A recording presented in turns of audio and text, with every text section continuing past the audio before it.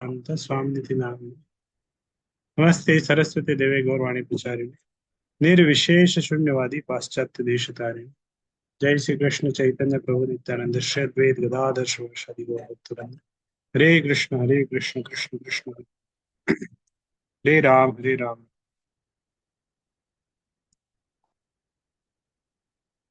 हरे कृष्ण। तो श्रीमद् भागवतम प्रथम स्कंद 19वें अध्याय से हम पढ़ रहे थे। इसमें सुखदेव गोस्वामी का प्रकट होना। तो ये सीन चल रहा है। परीक्षित महाराज आमरण उपवास के लिए गंगा के किनारे आके बैठ गए। और उसी समय पूरे ब्रह्मांड से बड़े बड़े ऋषि मुनि सब उस स्थान पर आ गए। और वो सब जानते थे कि यहाँ पे कुछ अब विशेष होने वाला है। श्रीमद् भागवतम का पाठ इस तरह पहले से ही सब कुछ फिक्स था। और सबने अपने अपने अपने आश्रमों में इस तरह बहाना बना दिया कि हम आज छुट्टी पे जा रहे, तीर्थ यात्रा पे जा रहे, इस तरह करके। लेकिन आए सब उस स्थान, सब एकत्र हो गए, बड़े बड़े ऋषि, विश्वामित्र मुनि, महर्षि, परशुराम, व्यास देव, नारद मुनि, तो सब उस स्थान पर एकत्र थे। और अब परीक्षित महाराज ने फिर अपना निर्णय भी सबको बताया कि क्या उन्होंने सोचा है, क्या उनके मन में चल रहा है।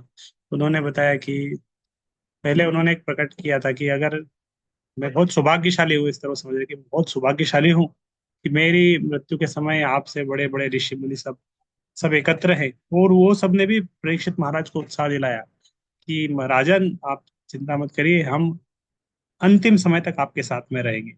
जब तक आप है 7 दिन हम आपके साथ में हैं। यहाँ पर हरि कथा का वर्णन करेंगे।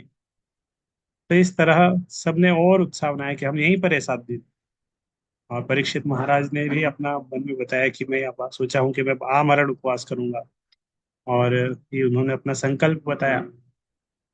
फिर उन्होंने बताया कि अगर मैं आप सबसे प्रार्थना करता हूँ, आशीर्वाद करता हूँ कि अगर भगवान की इच्छा से मेरा अगला जन्म भी हो, तो मैं चाहता हूँ कि भगवान के प्रति मेरी आसक्ति बनी रहे, भक्तों का संग मिले। इस तरह उन्होंने एक और तीसरा पॉइंट भी कुछ था, भगवान के प्रति आसक्ति रहे, भक्तों का संग मिले।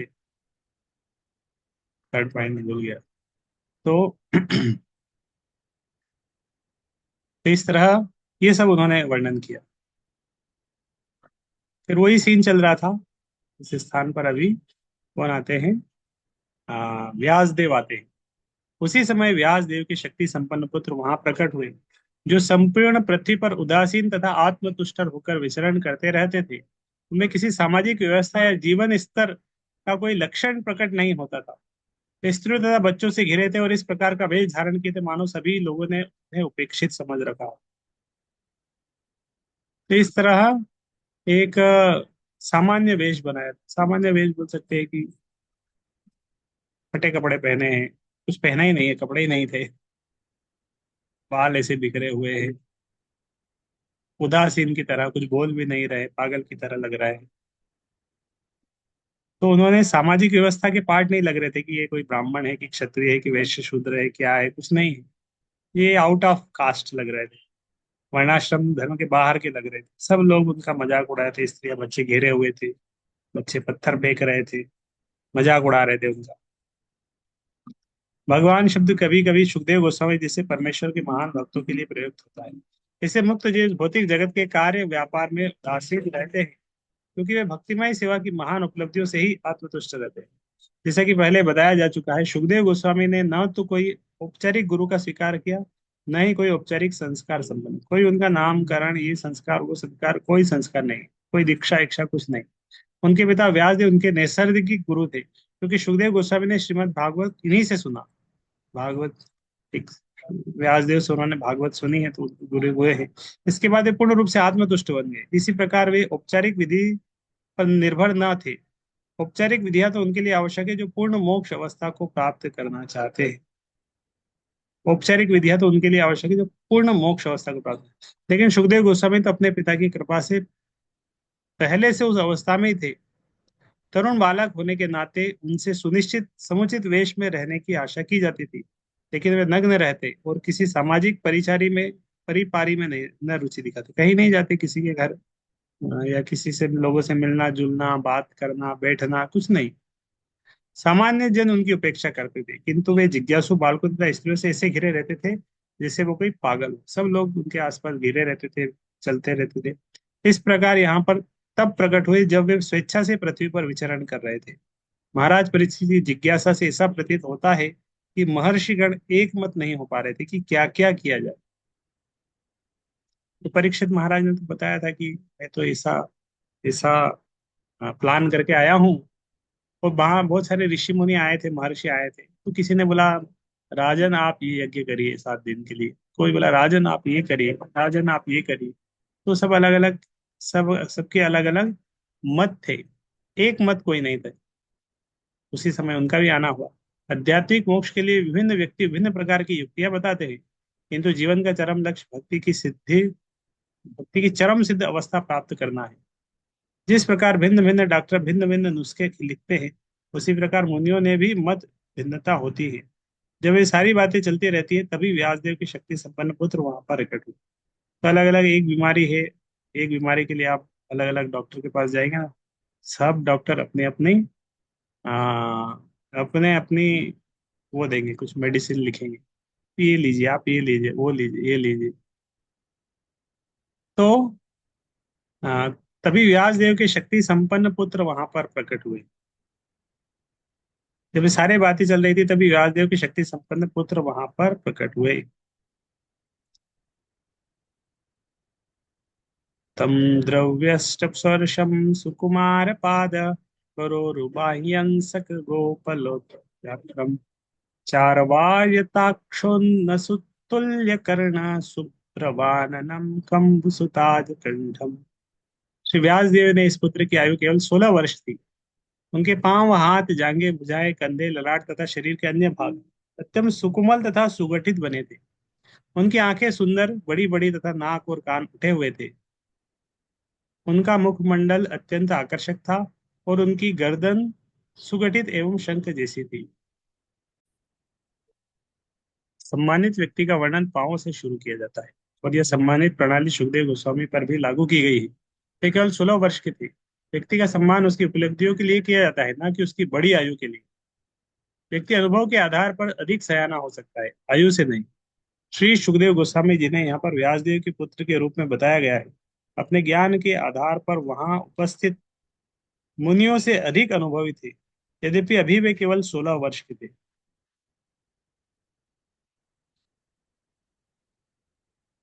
तो सम्मानित व्यक्ति का वर्णन पांव से शुरू किया जाता है, और सुखदेव गोस्वामी पर प्रणाली। वो 16 वर्ष के थे। निगूढ़ जत्रुम पृथुतंग वक्षस्मावर्तनाभिम्बलिवदूतरम च दिगंबरम वक्त्र विकीर्ण केशम प्रलम्ब बाहु स्वमरोत्तभासम।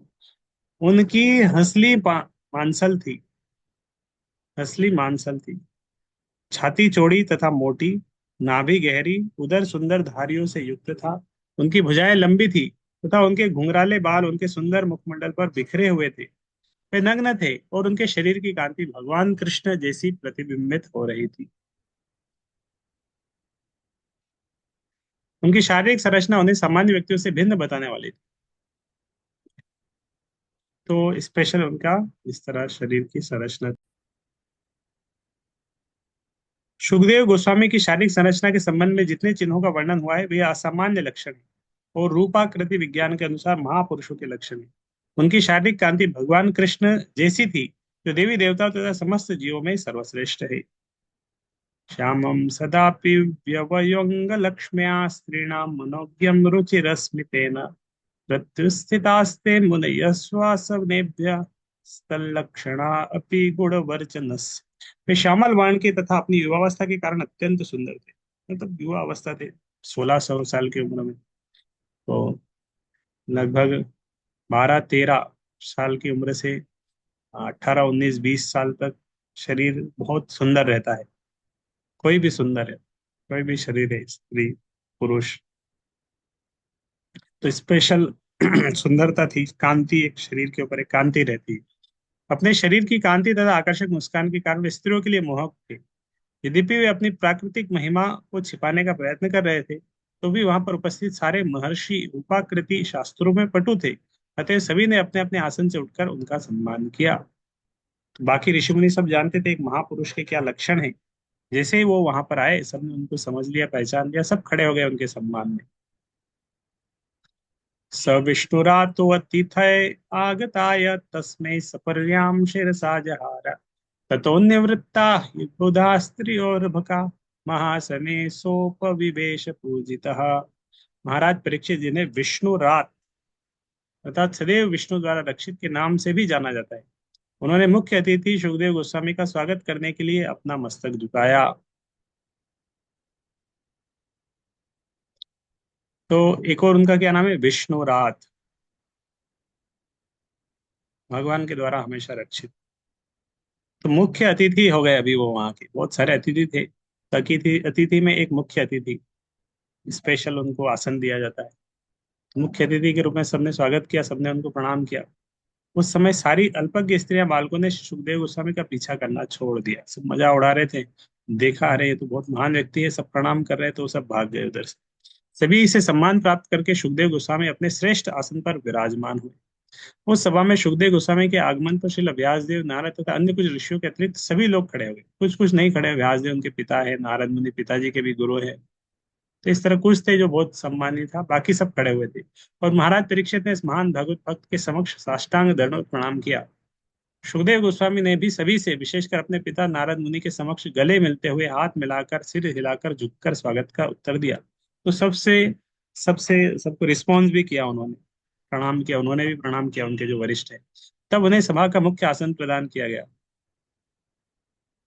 तो राजा तथा मुनि इस प्रकार से स्वागत कर रहे थे, तो गलियों के छोकरे अल्पज्ञ स्त्रियां जो उनके पीछे पीछे चले आ रहे थे, आश्चर्य तथा भय से स्तंभित रह गए। उन्होंने अपनी छिचोरी हरकतें बंद कर दी और सब कुछ शांत तथा गंभीर हो गया। ससंवृतस्तत्र महामहीयसाम ब्रह्मर्षि राजर्षि देवर्षि संगे व्य- व्यरोचतालम भगवान यथेन्दु ग्रहर्क्षतारा निकरई परीतः। तब सुखदेव गोस्वामी साधु मुनियों तथा देवताओं से इस तरह घिरे हुए थे, जिस तरह चंद्रमा तारों नक्षत्रों तथा अन्य आकाशीय पिंडों से घिरा था। उनकी उपस्थिति अत्यंत भव्य थी और वे सभी द्वारा सम्मानित हुए। तो सबसे घिरे हुए थे। साधु पुरुषों की महासभा में महर्षि व्यासदेव, देवर्षि नारद तक क्षत्रिय राजाओं के महान शासक परशुराम इत्यादि थे। इनमें से कुछ भगवान के शक्ति संपन्न अवतार थे। सुखदेव गोस्वामी न तो ब्रह्मर्षि थे, न राजर्षि, न देवर्षि, न ही वे नारद व्यास परशुराम के समान कोई अवतार थे। तो किसी कैटेगरी में नहीं आते थे कि ब्रह्मर्षि, राजर्षि, देवर्षि। फिर भी उनका जो स्वागत किया गया वह उनसे बढ़कर था। इसका अर्थ यह हुआ कि संसार में भगवान की अपेक्षा भगवान के भक्त का अधिक सम्मान होता है। भगवान के भक्त के अपेक्षा भगवान का अधिक सम्मान होता है। अतः सुखदेव गोस्वामी जी भक्त की महत्ता को कभी कम करके नहीं आंकना चाहिए। भगवान के भक्त थे। तो प्रभुपाद जी से मिलने बहुत बड़े बड़े पीएचडी स्कॉलर, डॉक्टर्स, नेता, बड़े बड़े बहुत कुछ आते थे। प्रभुपाद जी के सामने सब चुप हो जाते थे। प्रभुपाद उनको सुनाते थे, चर्चा करते थे, उनको लेसन्स देते थे। प्रशांतमासीनम अकुंठमेधसम मुनिम नृपः भागवत अभ्युपेत्य प्रणम्य मूर्धना अवहित कृतंजलि नत्वा विनम्र नत्वा गिरा सुनृतया अन्वपृच्छत्। तब प्रखर मुनिषि सुखदेव गोस्वामी पूर्ण शांत से बैठ गए। वे किसी भी प्रश्न का निसंकोच होकर बुद्धिमता से उत्तर देने के लिए तैयार थे। तब महान भक्त महाराज परीक्षित उनके पास पहुंचे और उन्होंने उनके समक्ष सिर झुकाकर प्रणाम किया और हाथ जोड़कर मधुर वाणी से विनीत होकर पूछा। महाराज परीक्षित द्वारा गुरु से प्रश्न की जो मुद्रा अपनाई गई वह शास्त्र के आदेशों के सर्वथा उपयुक्त थी। शास्त्रीय आदेश यह है कि दिव्य विज्ञान समझने के लिए मनुष्य को चाहिए कि गुरु के पास विनीत होकर जाए। महाराज परीक्षित अब मृत्यु को प्राप्त होने के लिए उद्यत थे और 7 दिनों की अल्प अवधि के पश्चात वे भगवत धाम में प्रवेश करने की विधि जानने वाले थे। ऐसे महत्वपूर्ण मामलों में मनुष्य को गुरु के पास पहुंचना पड़ता है। तब तक जीवन की समस्याओं का हल खोजने की आवश्यकता न हो, तब तक गुरु के पास जाने की आवश्यकता नहीं होती। जिसे गुरु के समक्ष प्रश्न पूछने की समझ न हो, उसे गुरु के पास नहीं जाना चाहिए।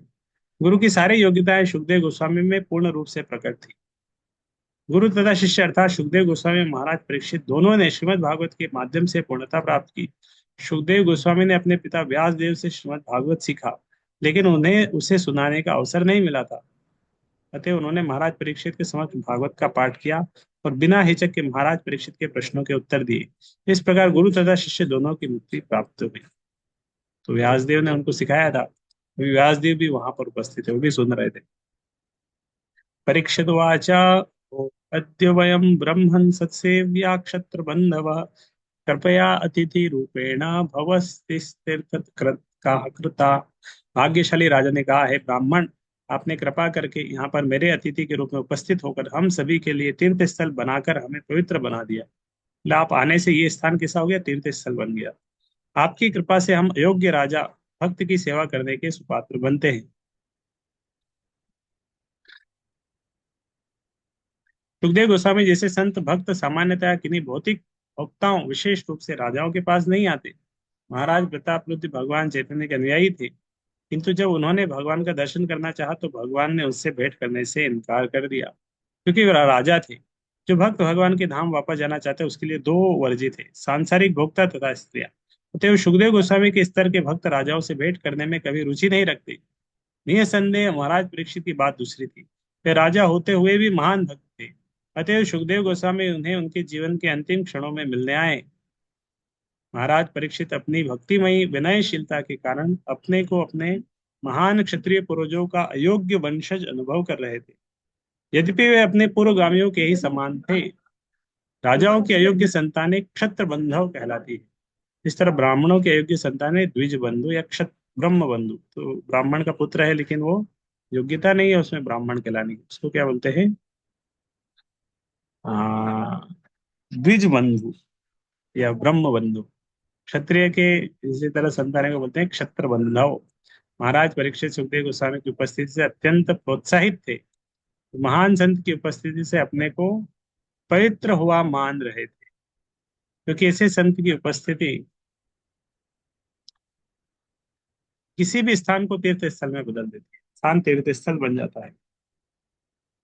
ये शाम संस्मरणा पुंसां सद्य शुद्ध्यन्ति वैग्रह किं पुनर्दर्शन स्पर्शात् पाद शोचासनादि। आपके स्मरण मात्र से हमारे घर तुरंत पवित्र हो जाते हैं। तो आपको देखने, स्पर्श करने, आपके पवित्र चरणों को धोने तथा अपने घर में आपको आसन प्रदान करने के विषय में तो कहना ही क्या। आपके स्मरण करने से ही हमारा लाभ होता है, तो आपकी सेवा करेंगे तो कितना लाभ होगा। पवित्र तीर्थ स्थानों का महत्व बड़े बड़े मुनियों तथा संतों की उपस्थिति के कारण है। कहा जाता है कि पापी लोग पवित्र स्थानों में जाते हैं और अपने पापों को वहां छोड़ आते हैं, जिससे वे वहां संचित हो। लेकिन बड़े बड़े संतों की उपस्थिति से वह स्थान संचित पापों से, संदूषण से मुक्त हो जाते हैं। इस तरह वहां पर उपस्थित भक्तों तथा संतों की कृपा से वे पवित्र स्थान स्थान पवित्र बने रहते हैं।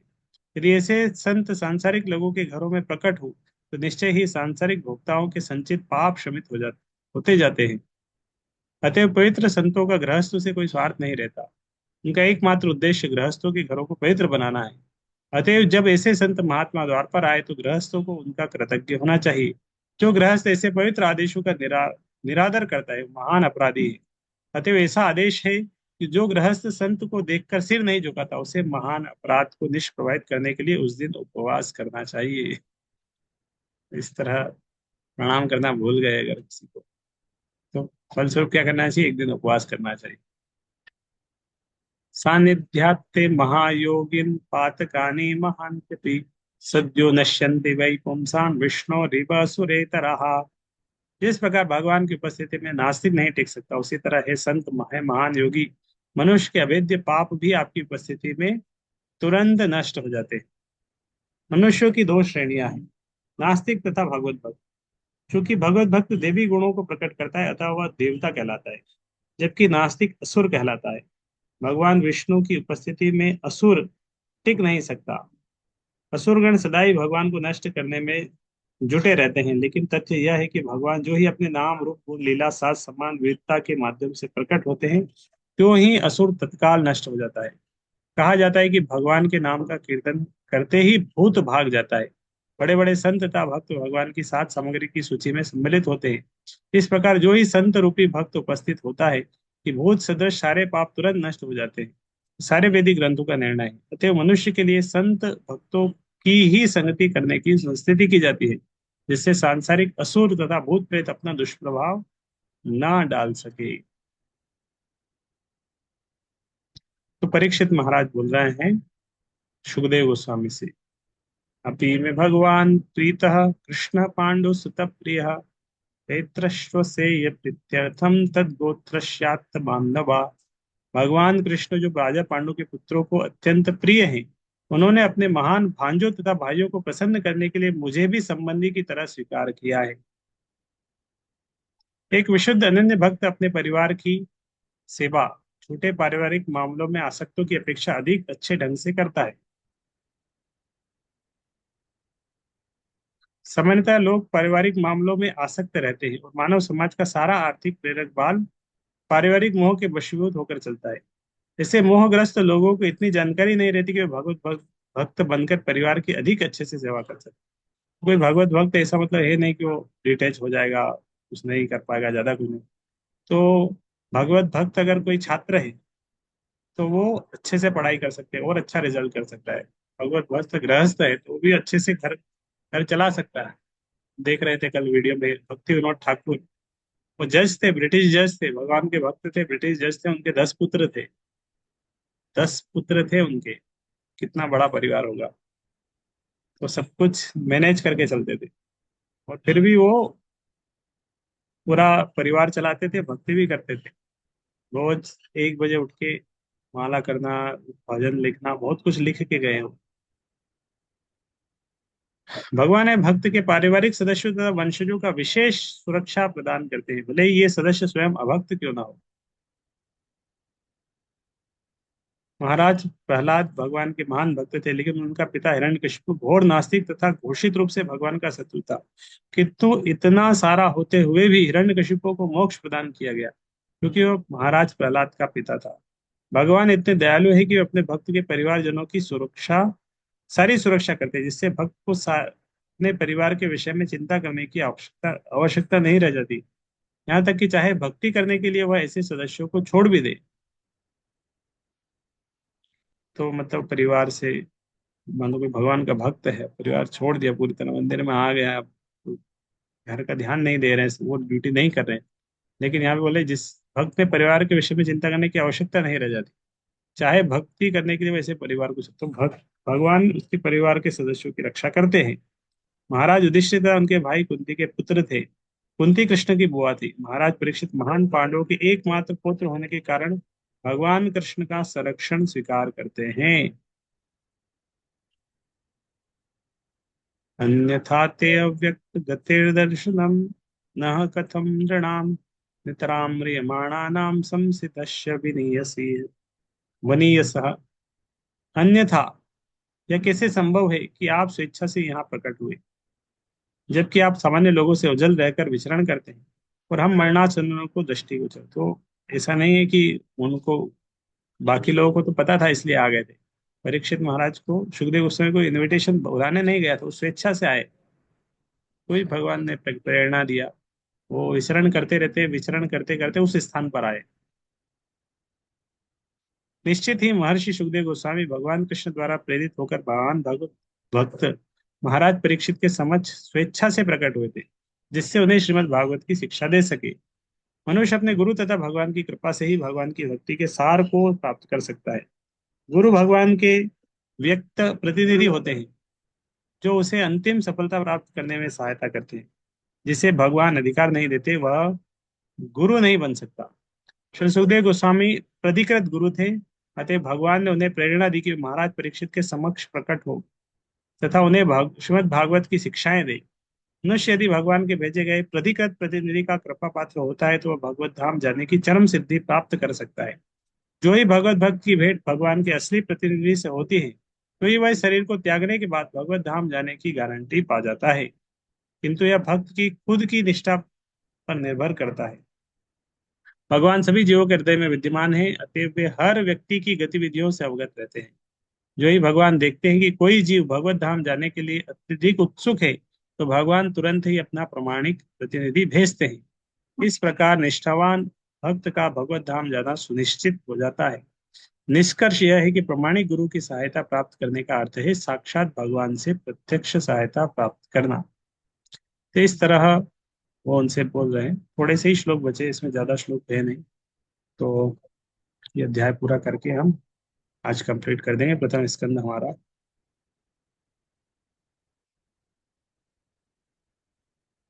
तो प्रश्न पूछा अभी उन्होंने, किसने प्रश्न था?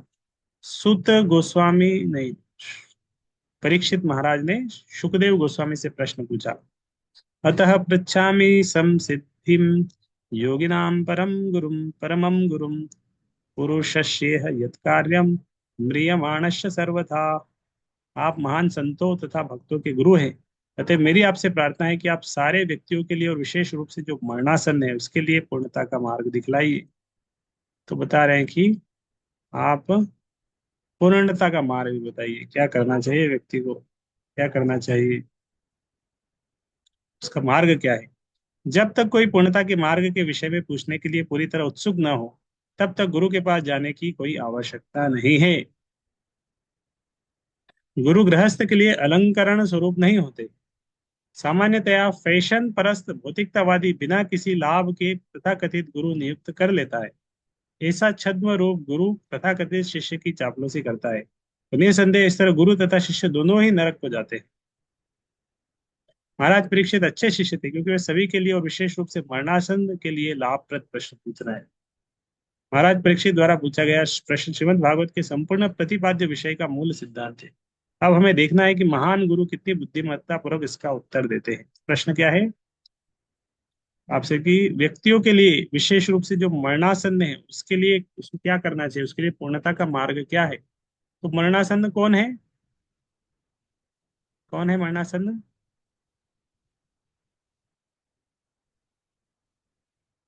हर व्यक्ति मरणासन्न है। ऐसा नहीं बोल सकते अरे परीक्षित सुखदेव परीक्षित महाराज मरणासन्न स्थिति में है, इसके लिए 7 दिन बचे हैं।